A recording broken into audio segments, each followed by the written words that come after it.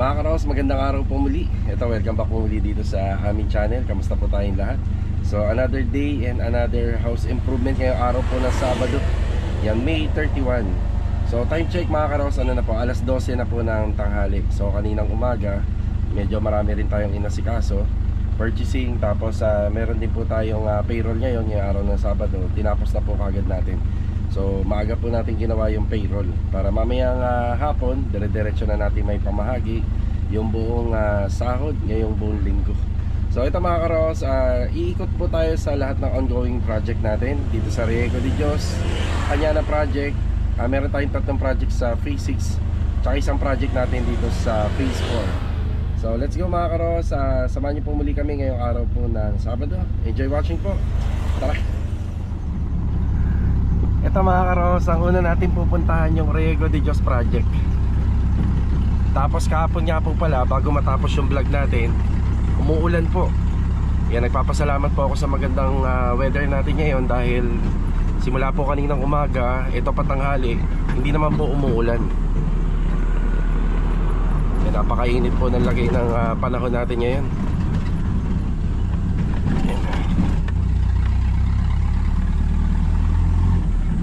Kung tuwing hapon ng ulan, sana nakauwi na yung tropa sa bahay nila. Diba, malaking advantage yun.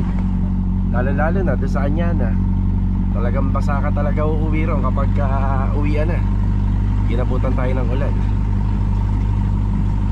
Yeah, shoutout nga po pala kay Sir Mariano Perez tsaka kay Ma'am Angeline Perez from Cebu City. Yan, God bless.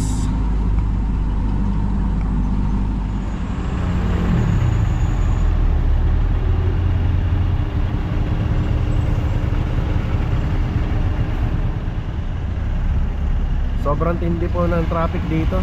Dahil hindi pa ako nakakaabot ng paradahan. So mag-iisang oras na rin po ako rito sa kalsada na to. So yan yung yung palayan. Pagka nakalagpas tayo rito, yan na yung shortcut papunta dyan sa Lumina. Tapos isang kanto pa, yun na yung sa Riego de Dios. Yan, sa nakikita ko mukhang hindi ako aabot ng alas 2. Ano na po, mga 1:30 na. Grabe yung traffic dito. Ayan, salamat at nakaraos na sa traffic.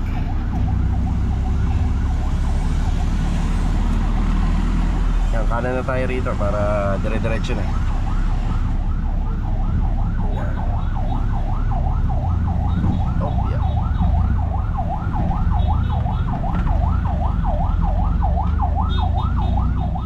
Ayan, nandito na tayo sa Riego de Dios project. Yan, bali magandang araw nga po pala kila Ma'am Catherine and family. Tapos dito nga po pala kahapon, bali 2 truck po yung pumunta rito para mahakot yung panambak. Ayan, wala na po yung mga panambak dito. Tapos yung mga kahoy gagamitin pa po natin yan.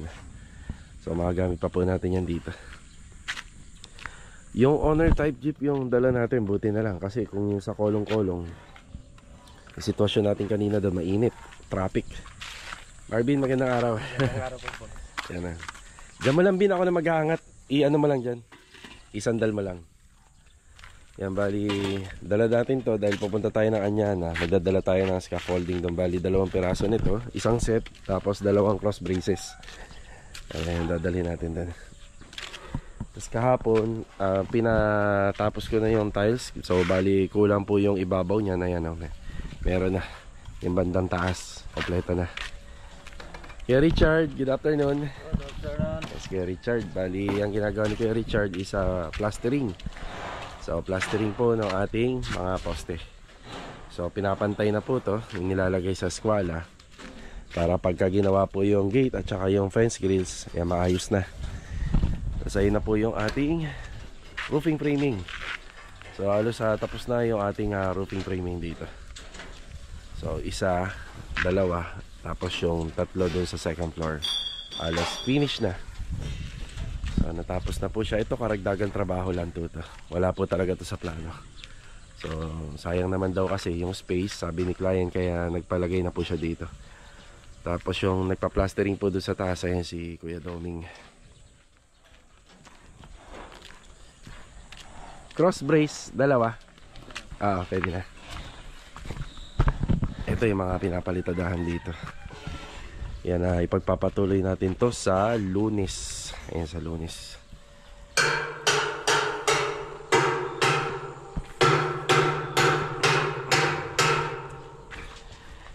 Kuya Doming, good afternoon Kuya Doming. Kuya Doming Ito, hindi muna natin tatanggalin to. Para kapag ka nilagay yung fascia Cenepa.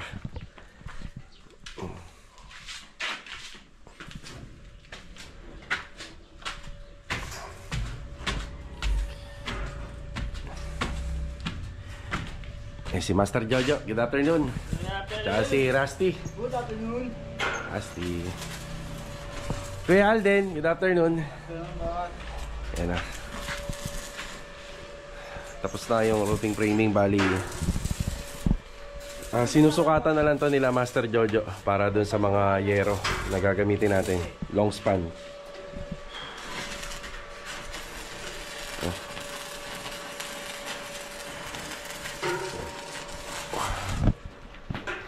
Tapos yung mga dowels na lang. Yung mga dowels na lang. Yan na, iniipit na ni Kuya Alden para dun sa mga Raptors natin. Para matibay na matibay. Yung Raptors natin, yan nakapakain dun sa biga na ginawa natin. Ayan. Tapos unti-unti na pong pinipinturahan gamit yung epoxy primer.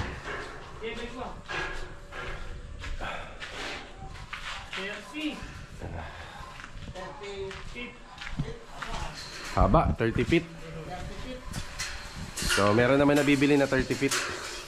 Maabot kaya yan hanggang 40. Jo, gawa ka na ng listahan na. Yan na. Okay na yung ating roofing framing. Sa roofing framing po, so ang kasunod na nito is yung ano natin dito, yung Hardy Cenepa. So, dito yung sa may bulada. Yeah, Hardy Cenepa ang gagawin po natin dyan. Ang ilalagay natin.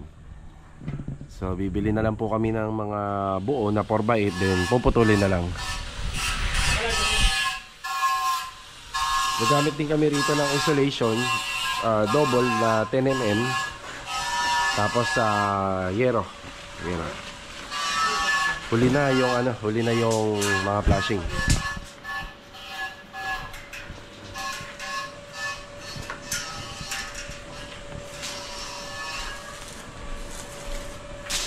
Kuya Doming. Kuya Doming.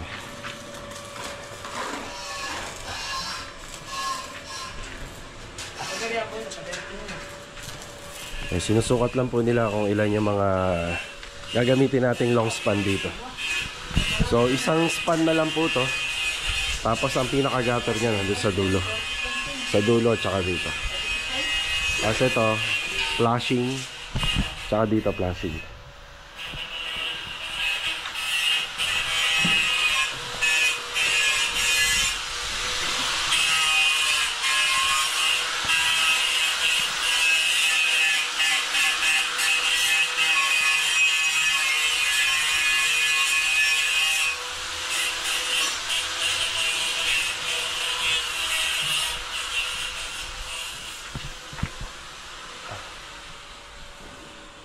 Pinapakompleto lang natin yung pintura ng primer. So ito madali na. So tinatapos lang po muna yung mga palitada dyan. Kasi kapag naka-primer yan, madudumihan lang po ng halo.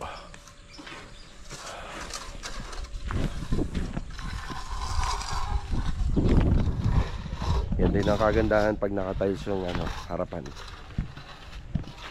Yan naman na yung mga nauuso ngayon. Napakadali na magpalitada kasi may guide na. Yan, nasa hulog na siya.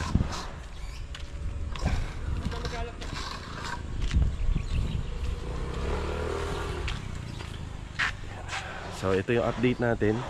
Dadaling ko lang to sa Anyana ngayon. Para may magagamit sila Kuya Chris. Okay na yan kasi yung kasi doon, asintada doon, medyo 2 meters. Medyo mataas-taas. Ito yung update sa Riego de Dios project. So tapos na yung ating roofing framing. And okay na. Tapos ayan, sinusukatan na para sa yero. So ang mga unang darating dito, syempre yung gutter natin, at saka yung fascia hardy sanepa natin, at saka yung mga long span. So doon may bubong na tayo. Yung gagamitin na bubong doon, ito. Yan. Tapos ito naman dito banda, so bagong yero na rin po to.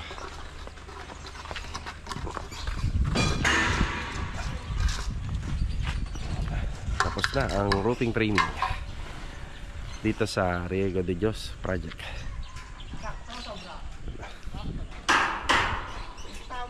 Ayan, nandito naman tayo sa Añana East. Yan, ganda weather natin ngayon. Medyo maulap lang. Sana hindi naman po umulan. Kung uulan man, makauwi muna yung tropa galing dito sa trabaho. So may dala tayo scaffolding. Bali isang set lang to, 2 cross braces, tsaka pinaka scaffolding yan. So dalawa lang din. Yan, bali nagpasok na nga po pala sila ng hollow blocks papunta po ron, para kahit pa paano mabawas-bawasan yung gamit dito. Tsaka nabawasan na din yung hollow blocks. Ito yung kasintada natin kahapon. So nabanggit ko sa vlog na nakaraang araw, yan, bali kailangan unahin muna talaga to dahil gawa ng pagka-umulan, at least hindi na tayo madodoblehan ng trabaho. Dahil yung mga columns natin dyan, at saka yung sa hinukaya ng para sa wall footing, yan, matutubigan po siya. So ayan, bakod na po to. Ayan, bati tayo. Hello Kuya Chris. Good afternoon. Kuya Romel, good afternoon Kuya Romel. Ayan, pinagtutulungan na po nila to. So may ganito talagang makikita kayo. Ito, diskarte to para nakatuwid yung ating mga forma. Yan, yan para nakatuwid. Yan.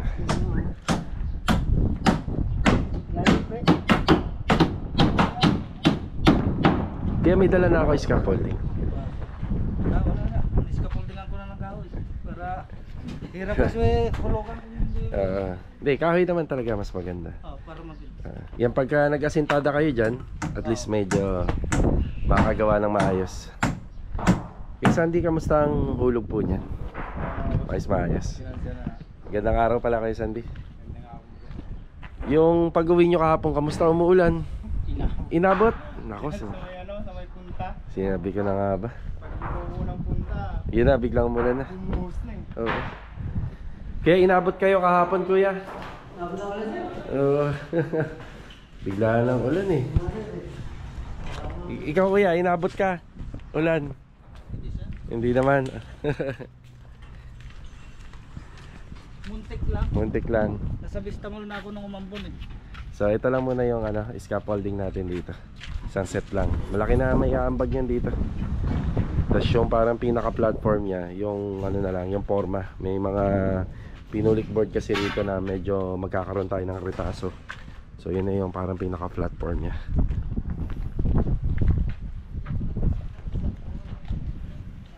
Yan na.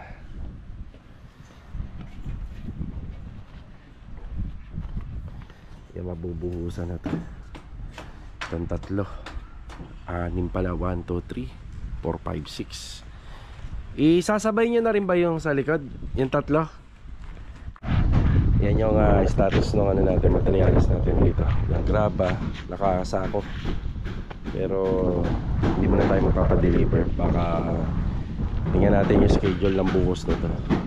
So yun dito nga po pala, makauna yung asintada rito sa likod. Yan na.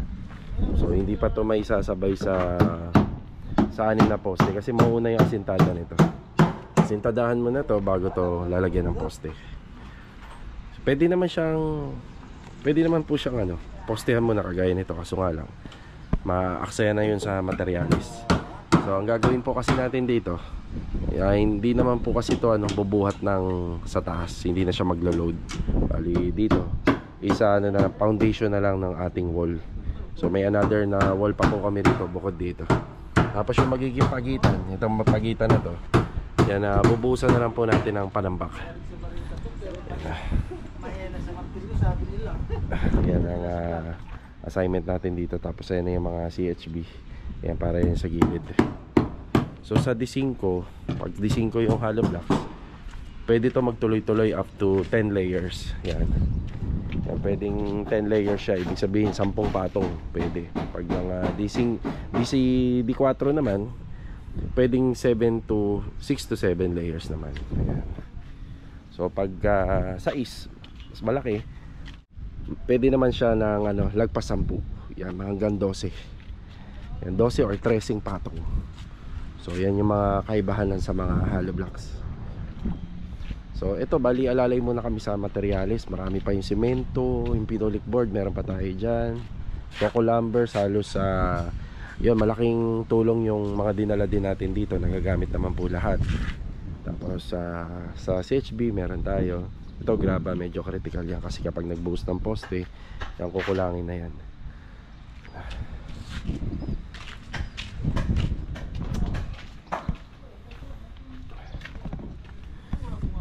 Kuya, may nakalimutan ako. Oo, sabi na May nakalimutan ako.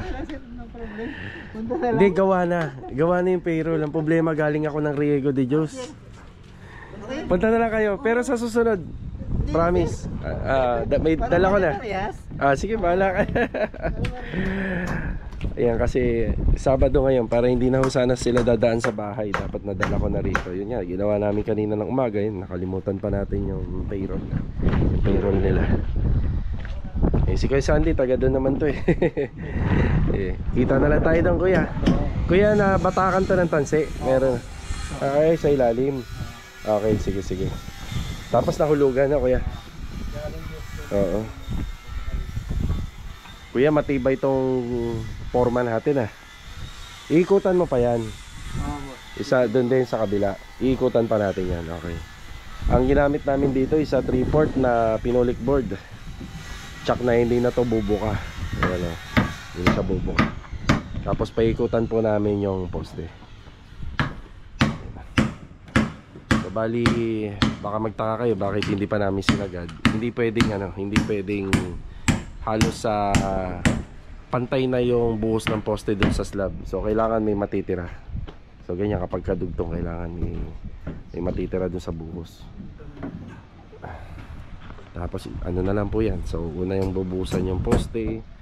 Pagka nagforma na ng slab, sabay na yung biga at saka yung another na poste at saka yung flooring. Sabay-sabay na. Yan, okay na tayo rito. Bali, sila nang bahala rito sa materialis natin. Papasok na lang po nila yan ng maayos. Tapos ito, yung kailangan lagi ganito kalinis, wala masyadong kalat. So dito allowed naman po tayo na ganyan po yung dadat na ng mga OIC engineer. So allowed naman po tayo na medyo magkalat dyan. Huwag naman yung masyadong makalat. Ayan, sakto pa lang yan. Kapag natapos naman kasi tayo rito, iiwanan naman natin yan ng lahat malinis. Tapos yung mga panambak na yan, ililipat po natin yan lahat dun sa extension. Alright, Phase 6 tayo. Tara. Ayan mga karos, nandito na tayo sa Phase 6. Good morning sa mga client owner namin dito. Good afternoon na pala. Sanay tayo ng good morning. Ay, good afternoon. Nagkasakit ka daw kahapon Hindi kasi sumingaw yung ko. Pero ngayon okay naman. Ayos naman. Ayun na. So yung natitirang buhangin dito, ayan, pinabistay na natin. Siguro pakilipat na lang lahat ng kalat dito. Thank you salamat. Kuya Rigor, good afternoon Kuya Rigor. Kamusta naman tayo dyan? Ito na yung Ay, afternoon kaya ano ba pangalan nito? Emong? Emong ako ng Emong. Epoy pa. So dito, skim coat. Yan. Uy, Kuya Philip, good afternoon. Yan, ngayon ako nakapunta. Kamusta naman, Kuya? Ito, malapit na. Bali ang kornisa si Kuya Dindo. Sabi na pala na yung kulit sa taas mo. Sige. Yan. Ito, papaayos pa po natin to. Yan, may mga maso naman tayo rito sa Lumina. Yung iba ko kasi nandun sa Riego de Dios project. Oy, Kuya Dindo, Master Dindo. Good afternoon. Kaya pakinaan niya ba yung sounds natin?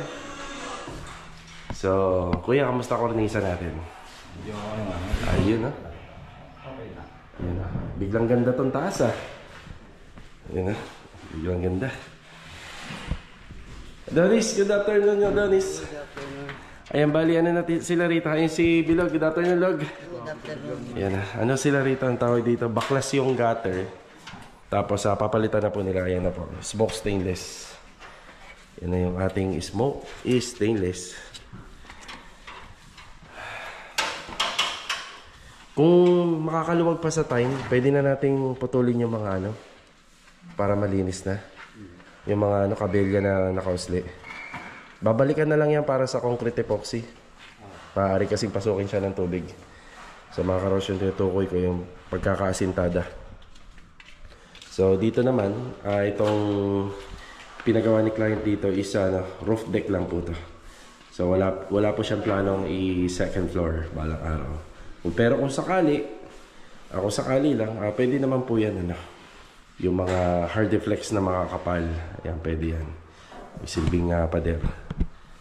So structural po kasi nito, pang roof deck lang yung ginawa namin dito. Ayan, linis na. Malinis na po. Ilinis na ni Kuya Dindo yung hamba. Tapos retouching na lang ko yan. Yung mga retouching.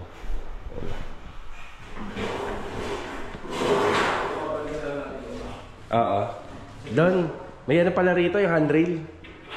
Yung handrail. Dito. Pakitanong na lang kay Kuya Rigor, ha? Kung nasaan. Sabi namin sa tapagay yung ano ron, mga bolt dun sa... Sige, sasabi. Thank you. Ano pa, Kuya? Handrail lang yun sa baba. Sige, baka mawala po, ha? Para ano. Balikan ko lang yung visa mo sir. Iniwan ko. Sige, ha? Facebook pagkala. Sabay natin ako ng relaxing. So wala yata akong update doon. Baka sila batang kasi ginagawa pa lang yung Hindi raw yata sir. Monday daw sa Monday. So ito yung sa handrail. So kung bakit natanggal po to, gawa nung sa tiles. Para wala pong bungi yung sa floor area natin. Malinis siya tingnan. Malinis na rito. Sarado, batak, masilya. Ginagawa. Yan. Tapos schedule ko na to ng hakot pa ng back. So ito kasya ng ano rito, yung elf truck. Yung lagi naghahakot po sa amin is yung mini dam. Sa elf truck yan, kasya na po yan. So ito yung status nung gutter na pinalitan. Ayan o. Butas-butas na. Manipis lang yung gutter. Butas-butas na po siya. Ang ipapalit na po namin dyan, yung 0.5 na stainless 304. Ano? Tara, sa kabila tayo. Okay, nandito naman tayo sa dalawang project natin na magkatapatan na yan. So, si Armina and si Athena. Yun. Kuya Boy, good afternoon po, Kuya Boy. Sa likod na lang po. Sa likod na lang na corner. Sige. Jay, sama mo na, Kuya Boy. Doon ko na itatapon sa bahay po. Aha. Thank you. Ayan mga karoos, ang update sa 40x40 tile installation natin. So patapos na po siya hanggang dito na yan. Ayan, mga konting siroho na lang po ang asikasuhin dito. Ayan, halos patapos na. Tapos ang nilalagay namin dito sa abang ng septic, isa D4. Ayan, D4 yan na tubo. Tapos dito, unti-unti na natin pinakakabit yung mga switches and outlets. Yan, may mga konti pang bibilin. Yung mga switches na po siya. Tapos ang gagawin na lang po dyan, ibabalot na lang po ng plastic yan para hindi madumi yan sa pintura. Tama ko na ito sa mo. Sige, lagay nyo na po yan dyan. Sige pa. Si Louie, good afternoon Louie. Ganda ng tiles ni Ma'am, oh. Yan na. Yan. So, yan yung tiles ni client owner dito. Tapos, para magbuka po siyang granite. So, yung dulo niya, nakahasa ng 45 degree. Tapos, gumagamit po kami ng masking tape po dito sa pang-alalay. So, hindi naman to yung pandikit. So, pang-alalay lang po yan. Kasya na ba, Louie? Meron tayo dito, no? Kulang siguro mga... Siguro isa, dalawa. Hindi, ito na lang. Meron... alos patapos na pala to. Yan. Naglagay na rin po kami ng ano rito, outlet. So, since itim po yung tiles, ayan, puti na lang po yung nilagay namin. Pero pwede rin itim. Pero wala naman pong pinagkaiba yan. Mas pansinin niya po kasi kung puti. Mas kita yung saksahan niya. Tsaka yung switches.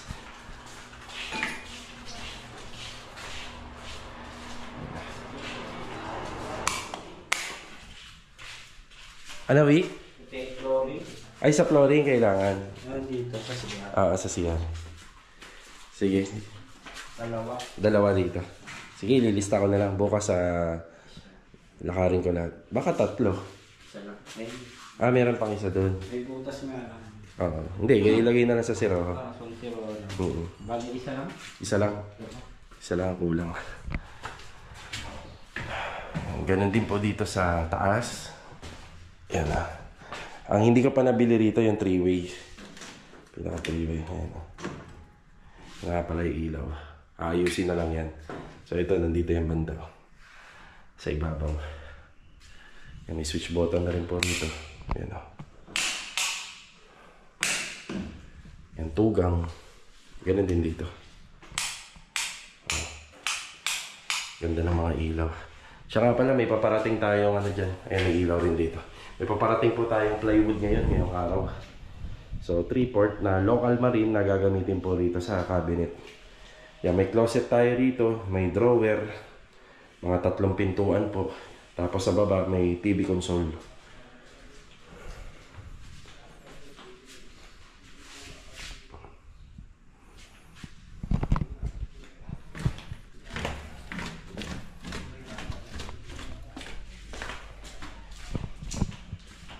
Ilaw.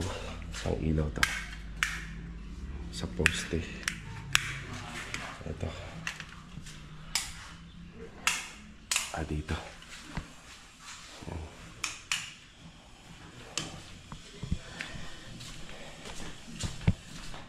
Sa kabila.